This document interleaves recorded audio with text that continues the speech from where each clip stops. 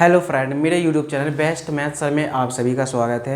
आज की इस वीडियो में हम क्लास 9th का चैप्टर नंबर 2 बहुपद के एक्सरसाइज 2.1 के क्वेश्चन नंबर 3 और 4 को समझेंगे। चलिए स्टार्ट करते हैं। क्वेश्चन नंबर 3 क्या कह रहा है हमारा, 35 घात के द्विपद का और 100 घात के एक पदी का एक एक उदाहरण दीजिए।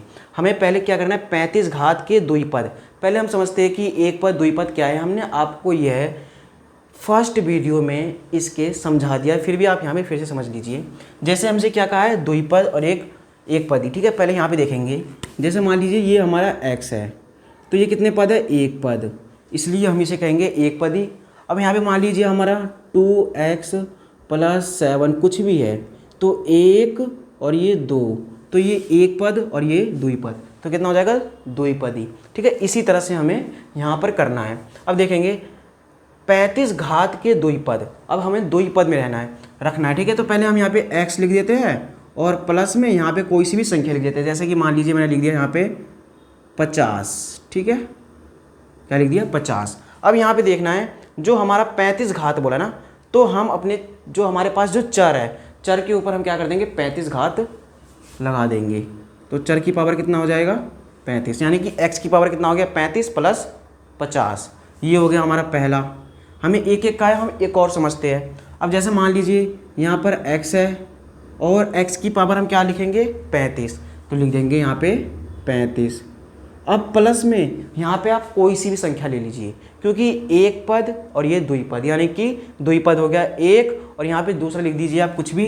जैसे कि मैंने लिख दिया यहाँ पे 30, तो ये हो गया एक पद द्विपद। ये हमारा पहला हो गया 35 घात के लिए। अब उसके बाद देखते हैं 100 घात के लिए एक पद। ठीक है, 100 घात के लिए हम देखेंगे अब एक पद। ठीक है, 100 घात के लिए, अब 100 घात के लिए एक पद, यानी कि जैसे कि हमारा इस तरह होना चाहिए। ठीक है, अब मान लीजिए ये हमारा x है, हम x की पावर क्या लिख देंगे, 100, तो ये हमारा क्या हो गया, एक, यानी कि एक पद है, इसलिए ये हो गया हमारा एक पदी।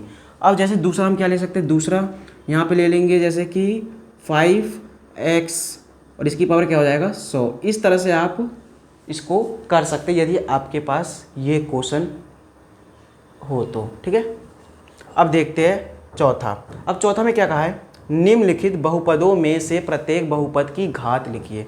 अब हमें देखना है, निम्नलिखित बहुपदों में से प्रत्येक बहुपद की घात लिखिए, यानी कि ये जो हमें इसके क्वेश्चन दे रखे, इसमें हमें ये देखना है कि अधिकतम घात, यानी कि इन बहुपदों में अधिकतम घात किसकी है, उन्हें हमें यहाँ पर लिखना है।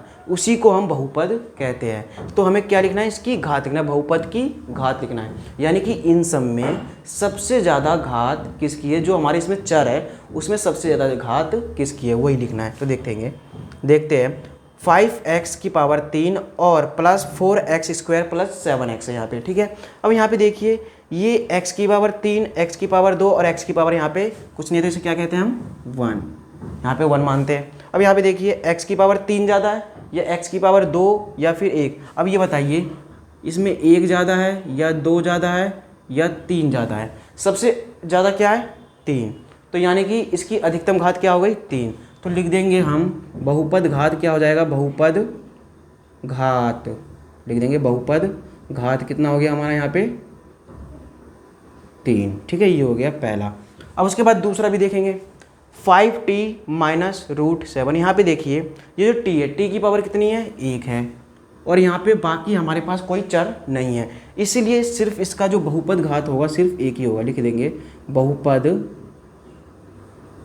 घात कितना हो गया यहाँ पर, 1। ठीक है, ये हो गया। अब तीसरा में देखेंगे, तीसरा में भी ये हमारा अचर पद है, इसे छोड़ देंगे, -y, ये जो हमारा चर है, चर, इसका पावर कितना है, 2, अधिकतम घात कितनी हो गई इसकी, 2, तो लिख देंगे बहुपद घात कितनी हो गई इसकी, बहुपद घात कितनी हो गई इसकी, 2। ठीक है, इसी तरह से हमारा क्वेश्चन नंबर जो 4 का पार्ट 4 है। अब इसमें देखिए 3, यानी 3 है, ओनली 3 है। क्या इसमें क्या आपको कोई चरपद दिखाई दे रहा है, नहीं दिखाई दे रहा, यानी कि इसकी जो घात होगी बहुपद घात, लिख देंगे बहुपद घात क्या हो जाएगी इसकी, 0 हो जाएगी।